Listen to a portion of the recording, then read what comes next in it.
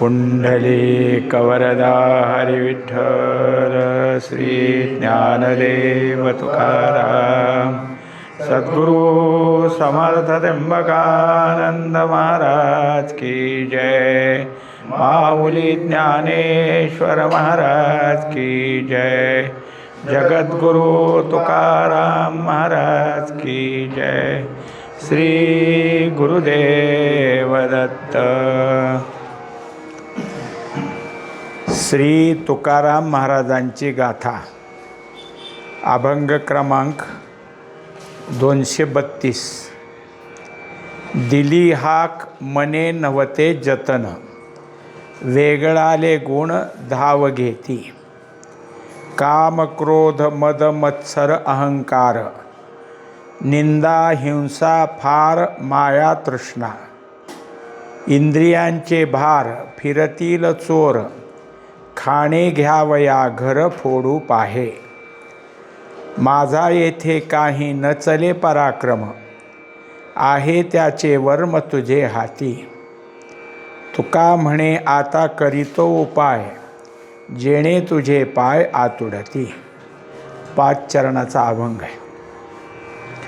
या अभंगात तुकोबर आहे काही दृष्टांत देऊन आपल्या ठिकाणी कोणती अडचण आहे आणि ती अडचण सोडवण्यास तूच कसा योग्य आहेस, तुझ्याच ठिकाणी हे सामर्थ्य आहे असं देवाला विनंती करतात।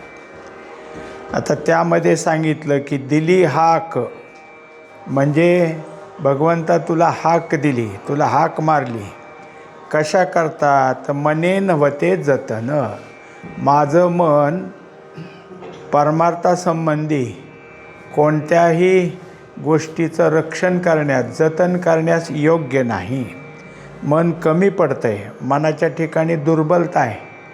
त्यामुळं परमार्थात ऐकलं, नाम घ्या, ध्यान करा, भगवंताचं पूजा अर्चा करा, ह्या सगळ्या गोष्टी ऐकायच्या, पण मन ते करत नाही, मन मागं पडतं। मनाच्या ठिकाणी जे जे काही सांगितलं आहे ते करण्याचा निग्रह नाही। का तर ते दुर्बळ आहे, त्याच्या ठिकाणी आपल्याला हे जर केलं तर आपलं हे जाईल ते जाईल, म्हणजे काहीतरी आपलं नुकसानच होईल असं त्या मनाला वाटतं। म्हणून काय केलं आहे तर ह्या एका तुकड्यात 2 भाग केले। मने नव्हते जतन, मन माझं रक्षण करू शकत नाही किंवा निग्रह करू शकत नाही। दिली हाक, त्यामुळं तुला हाक दिली। कुणाला दिली तर भगवंता तुला हाक मारल्यामुळं आता माझ्या मनाची तक्रार तुला सांगत आहे। वेगळाले गुण धाव घेती, तर हे मन कसं आहे तर त्रिगुणानं लाचावलेलं आहे। त्रिगुण त्याच्या ठिकाणी सतत आहेत आणि त्यामुळं कोणता गुण कधी उभा राहील काही सांगता येत नाही। नेहमी सत्वगुण उभा राहतो असं नाही। कधीकधी आपलं चुकलं, आपलं वाचन केलं पाहिजे, आपण अभ्यास केला पाहिजे असं मनाला वाटतं, तेव्हा सत्वगुण असतो। आणि आता अभ्यासाला बसलो तर इकडचं काम राहील, आपलं नुकसान होईल, आपल्याला फायदा घराचा केला पाहिजे, रजगुण उभा राहतो। आणि जिथं फायद्याला कोणी अडचण येते त्या येणाऱ्यावर राग करायला लागला म्हणजे तमगुण उभा राहतो। हे सतत मनात गुणांचे फेर आहेत। मग नुसते नाहीत तर हे सगळे गुण धाव घेती, म्हणजे माझ्या मनाच्या ठिकाणी त्या गुणानं काय केलेलं आहे, सतत धाव घेतलेली आहे। याचा अर्थ असा की एकच गुण नेहमी राहतो असं नाही। आपण म्हणतो की एखाद्याच्या ठिकाणी सत्वगुणाचं प्राबल्य, रजगुणाचं प्राबल्य किंवा तमगुणाचं प्राबल्य, म्हणजे प्रमुख तो आहे, दुसरे नाहीत। पण चंचलत्व मनाच्या ठिकाणी इतकं आहे की ह्या गुणानंतर तो गुण आणि त्या गुणानंतर तिसरा गुण सतत येतो। मनुष्याला निर्णय काही नाही। एखादा काय आहे की उठून चालला 4 माणसातनं बसलेला, अरे म्हणलं का उठलास? नाही मला गावाला जायचं आहे। झालं, घरी आला आणि काही दीड तासानं त्यातला एक माणूस चालला होता, त्यांनी पाहिलं हे घरात बसलेला आहे, म्हणले अरे गावाला जायचं, बस रहित झालं। मग आत्ता ठरलं, पुन्हा रहित झालं, हे मनाचं चंचलत्व आहे. मन काय आणेल आणि काय नको म्हणेल सतत आहे. म्हणजे हे बंधन घालणारं मन आहे. आपुलेची मन करी आपणा बंधन. त्यामुळं मन असं आहे. आणि ते का तर त्या ठिकाणी गुण आहेत. मग ते गुण कसे तर धाव घेते, सतत सतत चक्र फिरते. म्हणून मनुष्य मनाला चंचलत्व देतो. एवढंच नाही तर बुद्धी चंचलच आहे. आणि मन बुद्धी चंचल असल्यामुळं अंतःकरण चंचलच आहे. कारण हे सगळे अंतःकरणातलेच आहेत. अंतःकरणसुद्धा सतत चंचल आहे. आणि त्या चंचलत्वामुळे आपण परमात्म्यापासून दूर झालो. हे चंचलत्व काय करतं, एकानं आवरण घातलं, एका आवरणातून दुसरा विक्षेप निर्माण झाला. आणि विक्षेपानं काय केलं तर असं सतत फिरवायला लावलं. कारण हे की ते झालं की ते. जसं गाई गुरं असतात किंवा शेळ्या असतात. हिथलं घास खायचं की त्या तिकडं जायचं, तिथला घास खायचा की कुठपर्यंत हिरवं दिसतंय तिथवर ते फिरतेतच. हिथं पोटभर खावा असं कधी नाही. हिथलं की तिथं, तिथलं की तिथं. जसं त्याचं चाललेलं असतं. तो गुराखी दमून जातो त्यांना माघारी आणता. किती चारा असला तर त्याने पुढंच जावं. तसं ह्या मनाचं होतं. कशामुळं तर त्याच्या ठिकाणी सतत गुण येतात म्हणून. काम क्रोध मद मत्सर अहंकार. आता हे सगळे कुठं आहेत तर अंतःकरणातले. अंतःकरणात काय आहे, काम क्रोध झालं, शोक मोह आणि भय. अंतःकरणाचे 5 गुण आहेत. मग आता त्यांच्याच पोटातनं मद मत्सर अहंकार त्यातूनच आहेत. आणि त्याच्यामुळं काय होतं तर अंतःकरण ह्या कोणत्या ना कोणत्या विकारात गुंतलेलं असतं. ह्याला रिपू म्हटलं गेलं आहे. रिपू म्हणजे आपले शत्रू. इथे काम उभा राहिला की काही सुचत नाही, तेच असावं. मग आता काम काय आहे की तो इच्छेचं पुढचं स्वरूप आहे. ते तर इच्छा कुमारी झाली, मग कामाचे तारुण्य आली, तेने द्वेषेशी मांडली वऱ्हाडिक. आता ती इच्छा सामान्य असते आणि तिचंच कामनेत रूपांतर होतं. एकदा काम जागा झाला की मनुष्याला बेचैन करतो. कधी मिळेल कधी मिळेल असं त्याला वाटतं. आणि जर आपण इच्छिलेली ठिकाणं, पदार्थ, वस्तू जे काय असेल ते जर कामनेतून मिळालं नाही तर क्रोध येतो. कुणाला मिळालं आहे त्याचा, किंवा आपल्याला का मिळालं नाही त्या न मिळण्याच्या कारणाचा, जे कामानंतर क्रोध होतो. आणि जर मिळालंच तर क्रोध येत नाही, मद येतो.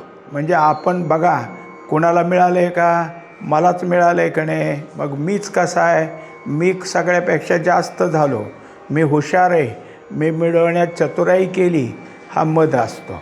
आणि दुसऱ्याला मिळालं तर त्याचा मत्सर उभा होतो. ह्यालाच का असावं, मग त्याच्या संबंधी जो असतो त्याला मत्सर म्हणायचं. हे सगळं कोणाच्या पोटातून बाहेर येतं तर अहंकाराच्या. कारण अहंकार हा अंतःकरणातलाच, त्याच्या ठिकाणचे हे सगळे गुण बाहेर येणार आहेत. दुसऱ्या तुकड्यात सांगतात, निंदा हिंसा फार माया तृष्णा. आता त्याचे जे काही जागा आहेत त्या सगळ्या विकारातून निर्माण झालेल्या आहेत. त्यांच्या ठिकाणी काय आहे की जे कोणी असतील त्याला त्याचं चांगलं असलं की चांगलं म्हणायचं नाही, त्याच्यावर काय करायचं, काहीतरी आरोपित करायचं. जसं एखादा लागला, काही त्याची प्रगती व्हायला लागली, प्रगतीने त्याने आपलं काही घरामध्ये आणायला सुरुवात केली, चांगलं झालं, काहीतरी मिळालं असेल, नाही कुठलं काही ह्यांना माहीत झालं तर ह्याच्या घरात काहीतरी त्याला सापडलेलंच दिसतंय, म्हणूनच त्याचं एवढं पुढं चाललं आहे. म्हणजे असं काहीही निंदा करायची, त्याला चांगलं कधी म्हणायचं नाही. असे खूप लोक आहेत की समोर आल्यावर त्यांची वाहवा करायची आणि ते निघून गेले की त्याची निंदा करायची. म्हणजे तोंडावर वाहवा आणि जरा पुढं गेला की मागं निंदा सुरू झाली. मग आता त्या पुढं काय असतं ते हिंसा. हिंसा कधी होते तर जेव्हा यातले जे काही आहेत काम, क्रोध, मद, मत्सर आणि निंदा, ह्या गोष्टी व्यतिरिक्त त्याला जर त्याचा अधिक राग येत असेल तर तो त्याची हिंसा करतो, मारहाण करतो. हिंसा याचा अर्थ जीवे मारणं असं नाही, त्याला मारहाण करणं, शब्दानं वाईट बोलणं हे सुद्धा हिंसाच आहे. आता त्याच्या पुढं सांगितलं फार तृष्णा आणि माया. माया काय आहे तर माया हे ह्याचा प्रकार म्हणजे मोहच. आणि तृष्णा काय त्याच्या पुढचं आहे. म्हणजे तृष्णा कशी असते, टिकून राहते, पाहिजे पाहिजे वाटतं. आणि माया किंवा त्याच्याबद्दलचे जे काय असलेले मोह, हा मोह काही काळ राहतो, काही काळ कमी होतो. तृष्णा मात्र टिकून असते. हे सगळे काय आहेत, ह्या मनाला उकसून लावणारे आहेत, मनाला स्थिर राहू देत नाहीत. तक्रार कोणाची चालली होती अभंगाच्या सुरुवातीला? मनाची. मन का स्थिर नाही, त्याला पहिल्यांदा सांगितलं गुण आहेत. आणखीन काय आहे तर हे सगळे जे रिपू आहेत यांची सगळ्याची मांडणी केलेली आहे. इंद्रियांचे भार फिरतील चोर. आता पुढं काय केलं, दुसरी एक तक्रार मांडली. इंद्रिये कशी आहेत तर इंद्रिय अशी आहेत. आता भार हा शब्द ह्याला समुदाय म्हणायचं. इंद्रिये सगळे मिळून 5 ज्ञानेंद्रिय 5 कर्मेंद्रिय ह्यांचे विषय ठरलेले आहेत. ह्या सगळ्यांचं मिळून काहीतरी चाललेलं असतं. जसं ज्ञानेंद्रियाला काही पाहिजे असलं आणि ते दूर असलं तर कोणाला सांगतील, पुन्हा पायाला म्हणतील चाल, हाताला म्हणतील तिथलं उचलून घे, किंवा तोंडात घाल, खा, डोळ्याने निरीक्षण कर. हे सगळं समुदायातच काम चालतं. म्हणून इंद्रियांचे समुदाय हे काय करतात तर हे आमच्या जे काही चाललं आहे त्या सगळ्या अंतःकरणाची चोरी करतात. फिरतील चोर. जसे चोर काय करतात की लक्ष ठेवतात कोणाच्या कुठं काय आहे, म्हणजे मग काय त्याची चोरी करायला बरं. म्हणून मग अगोदर काय करायचं, देखरेख करायची, त्याला रेखी करायची, कुठून कसं जावं, कसं चाळावं, काय करावं. हे इंद्रियानं विषयाची अगोदर काय करायची, मनात सगळी धारणा तयार करायची. खाणे घ्यावया घर फोडू पाये. खाणे म्हणजे विषय भोग. इंद्रियांचा भोग म्हणजे काय, विषयच आहेत. आता विषयाला खाणे असं नाव दिलं. हे विषय भोगाकरता घ्यावया घर फोडू पाहे. आता कोणतं घर आहे तर अंतःकरण रूपी घर आहे. अंतःकरणच परमार्थाचं घर आहे. देहाला काय, देहाला परमार्थ करत असताना काही कळत नाही.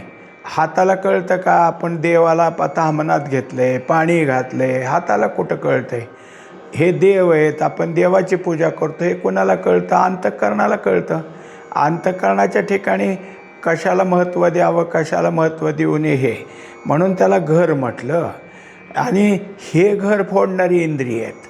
चोर काय करत असतो, घर फोडूनच तिथल्या वस्तू लांबवतो. मग अंतःकरणात जो भाव जागा झाला आहे, जी श्रद्धा जागी झालेली आहे, त्या श्रद्धेला बाजूला काढायचं म्हणजे चोरून न्यायचं.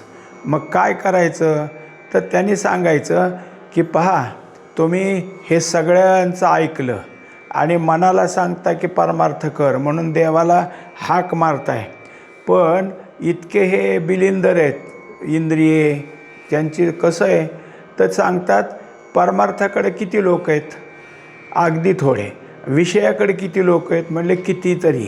मग कितीतरी आहेत म्हटल्यावर हे शहाणे आहेत, ह्यांना काय करायचं, ही जिथं जास्त आहे तिथलं बघत जावं, कमीला काय बघायचं. लोकसंख्येत जसं मोजलं जातं आहे तसं बहुमत कोणाचं आहे तसं.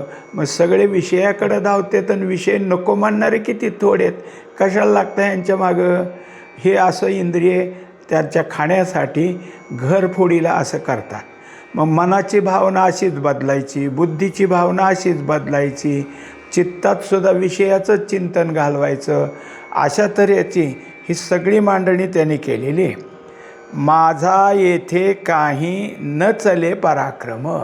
आता एवढ्या सगळ्या ह्याच्यानंतर देवापुढं पहिल्यांदा म्हणले हाक दिली, त्याचं उत्तर इथं दाखवले की माझा येथे काही न चले पराक्रम. कुणीही आपलं आपलं मन आकळलं असं कधीच होत नाही. आपुलेनी बळे तोडी माया जाळ, ऐसे नाही बळ कवणा अंगी. कुणीच नाही की आपलं आपलं मायाजाळात गुंतलोय ते तोडावं असं काही नाही. म्हणून हे जर सगळं असेल तर देवा तूच करू शकतोस. तुझ्याच ठिकाणी या सगळ्याला बाजूला काढून तुझंच जे स्वरूप आहे, तुझं जे नाम आहे, ते माझ्या अंतःकरणात स्थापन करण्याचं सामर्थ्य तुझं आहे.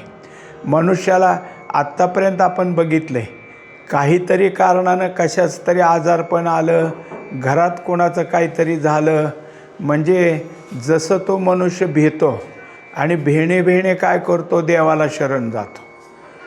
म्हणजे भयानं तो देवाला शरण गेला. एक नसल तर दुसरी गोष्ट कोणती आहे, तर काही वाड वडील पूर्वपुण्य असेल आणि त्या पुण्याईनं त्यांनी सांगितलं, जा बाबा कीर्तनाला जा प्रवचनाला जा, काही वाचत बस. ते एक म्हणजे भीतीनं तरी तो परमार्थाकडे वळतो, नाही तर वाडवडिलाच्या पुण्याईनं किंवा त्यांच्या सांगण्यानं. मग तिथं कसं तरी चालतं. पण हे करणारं कोण आहे? हे तूच आहेस. तूच कशाच तरी भय निर्माण करतो, तूच वाडवडिलांना ह्यांना सांगायला भाग पाडतोस. म्हणजे देवा हे तुझंच आहे. देव स्वतः येऊन काय करणार आहे का आपल्या पुढं? आपल्याच अंतःकरणातले हे जे आत्ता सांगितलेले काम क्रोध ही यादी आला देव आणि त्यांनी बाजूला केलेत, असं कसं होईल? तर तिथंच आहे की हे सगळे बाजूला करण्याकरता यांच्यापासून म्हणजे एखाद्या गोष्टीची कामना निर्माण झाली तर काय आहे की जसा एखादा लहान मुलगा आहे 3-4 वर्षाचा आणि तो वडिलांना म्हणतो मला पेढे घ्यायचेत, मला पेढे घ्यायचेत. मग ते सांगतो पेढे चांगले नाहीत, पेढे घेतल्याने तुझं पोट खराब होईल, तुला जास्त संडास होतील. सगळ्याला तसंच होतं. म्हणून आता त्याला वाटलं की हे सांगते ते बरोबर आहे, आपोआप त्याची काय आहे भावना कमी पडते, नको तर नको पेढे. मग दुसरं घरातलं कोणी म्हणलं पेढे नाही घेतले, नको नको नको पेढे नसतेच चांगले. म्हणजे त्याच्यावर भावनेवर निर्मिती केली. असं करणारा देव आहे की कुणाकडून तरी संताकडून कुणाकडून तरी हा बोध निर्माण करतो आणि त्या बोधातनं नकारभाव निर्माण करतो. हा तुझा पराक्रम आहे, तूच त्यात करू शकतो. आहे त्याचे वर्म तुझे हाती. म्हणून तू एरवी काही करणारा नाहीस, पण करायचं असलं तर संता करवी तू सगळं काही करून घेतोस. तुझे हस्तक म्हणजे तुझं जे वर्म आहे, तुझी युक्ती, ती युक्ती कोण आहे तर संतच आहेत. संतच ह्या सगळ्या गोष्टी करतील. म्हणून ते तुझ्या हातात आहे. आणि संताची ना आपली भेट होणं हे सहजासहजी गोष्ट नसते. बहु अवघड आहे संत भेटी, परी जगजेटी करुणा केली. जगजेटीची करुणा झाल्याशिवाय संत भेटत नाहीत. हे सगळं वर्म कोणाचं आहे तर संत महात्म्याला भेट घालण्याचं भगवंतच करत असतो. तुका म्हणे आता करीतो उपाय. आता तू जे काही माझ्या ठिकाणी सुचवशील किंवा ज्यांची भेट घालून देशील ते जे सांगतील ते उपाय करीन. त्यांच्या उपायाशिवाय आता मी माझ्या मनानं काही किंवा ह्यांना सोडून दुसरे कोणी काही सांगत असतील तर त्यांच्याकडून नाही, तर तेच एक आहेत. म्हणून तुका म्हणे आता करीतो उपाय. हा उपाय करणारा तूच एक आहे. जेणे तुझे पाय आतुडती. आता जर काही असेल तर हे केलं तरच तुझ्या चरणाजवळ येता येईल. भगवंताचे पाय प्राप्त होण्याकरता संताकडंच जावं लागतं. संत उपाय शिकवतात, साधन शिकवतात. ते साधन केल्यानंच भगवंताचे चरण प्राप्त होतात.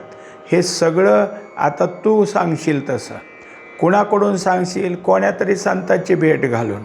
म्हणून तुला पहिल्यांदा हाक दिली की हे माझं मन ऐकत नाही, माझ्या अंतःकरणात नाना दोष आहेत, ते सगळे काढण्याकरता तू समर्थ आहेस, म्हणून तुला हाक दिलेली आहे. त्याच्या पुढचा अभंग 233. कृष्ण माझी माता, कृष्ण माझा पिता, बहिणी बंधू चुलता कृष्ण माझा. कृष्ण माझा गुरु, कृष्ण माझा तारू, उतरी पैल पारू भवनदीचा.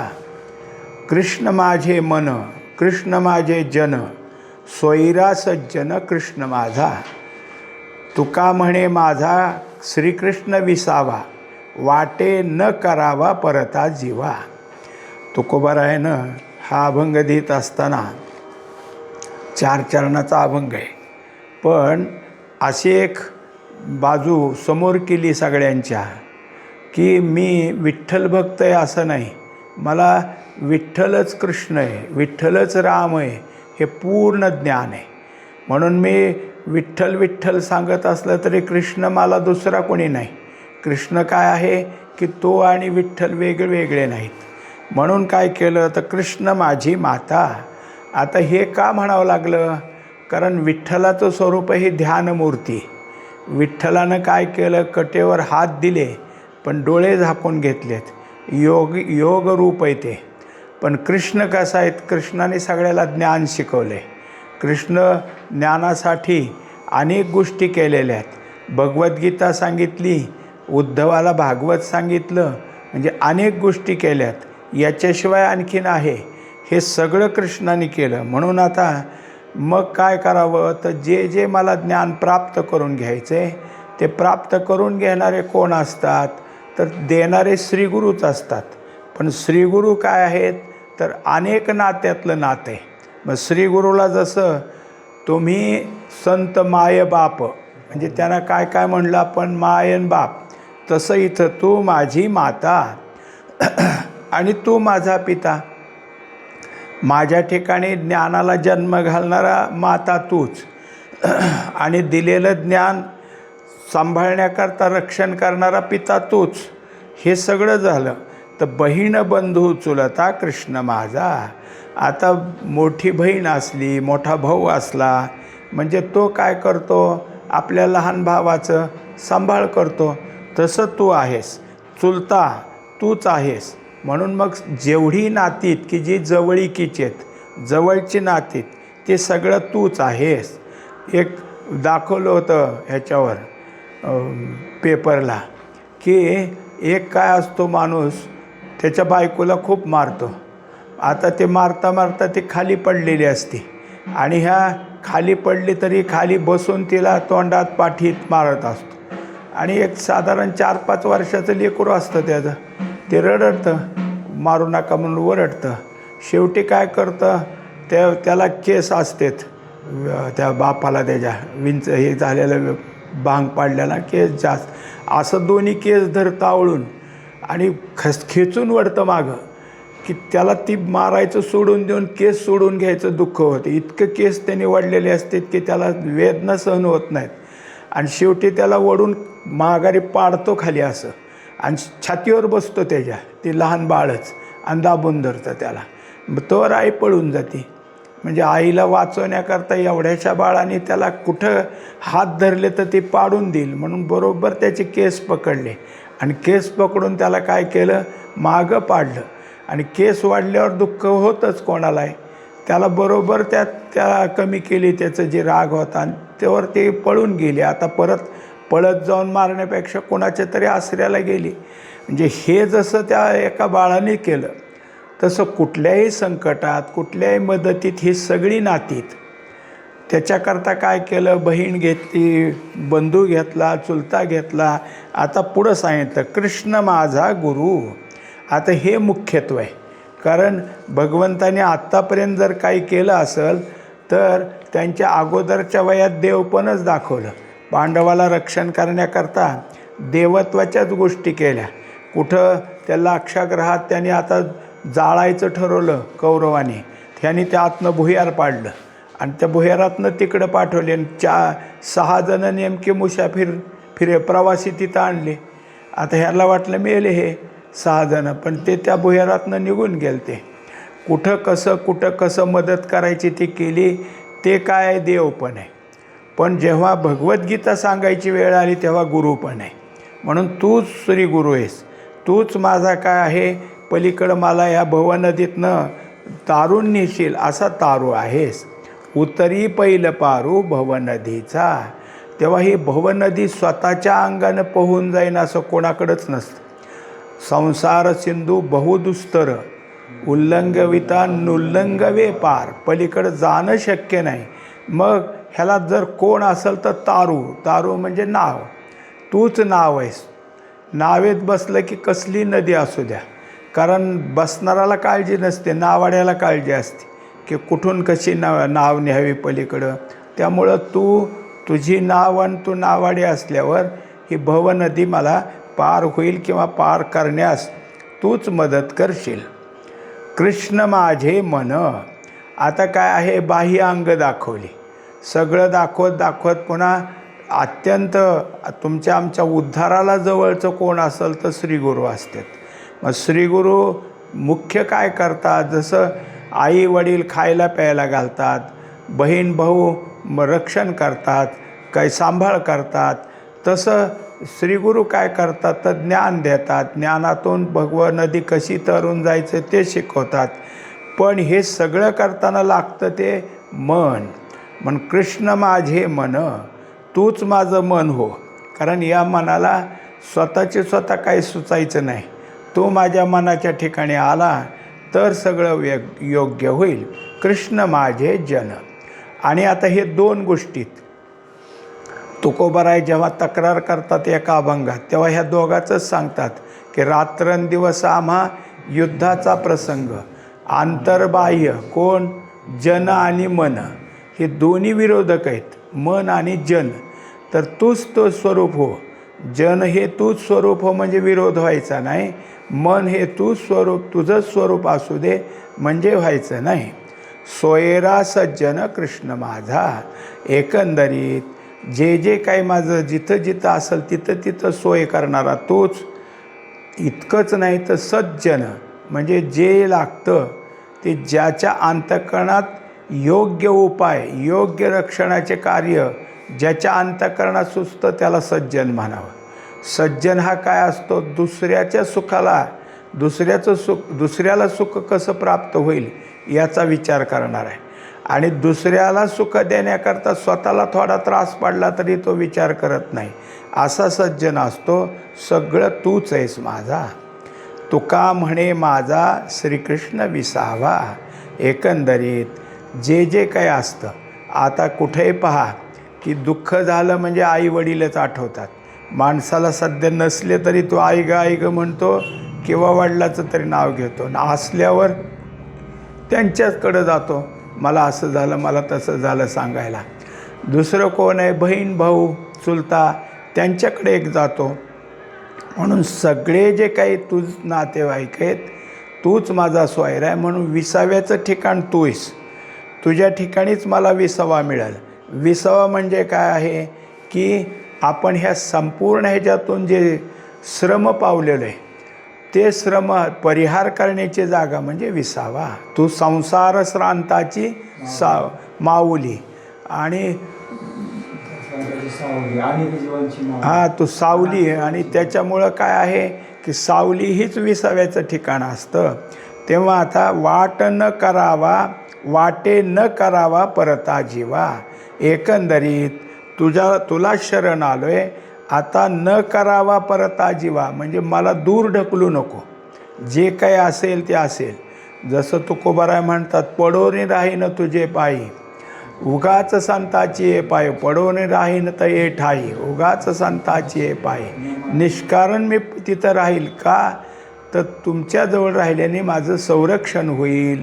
म्हणून तुमचं जे स्थान आहे हे मला भरवशाचं आहे.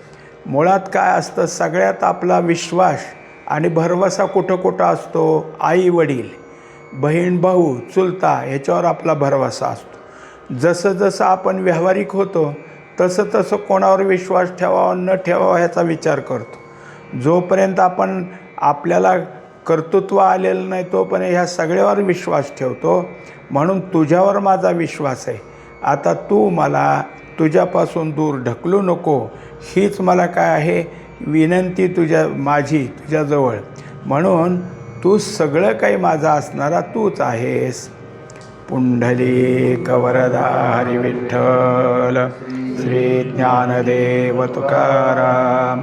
सद्गुरु समर्थ त्र्यंबकानंद महाराज की जय.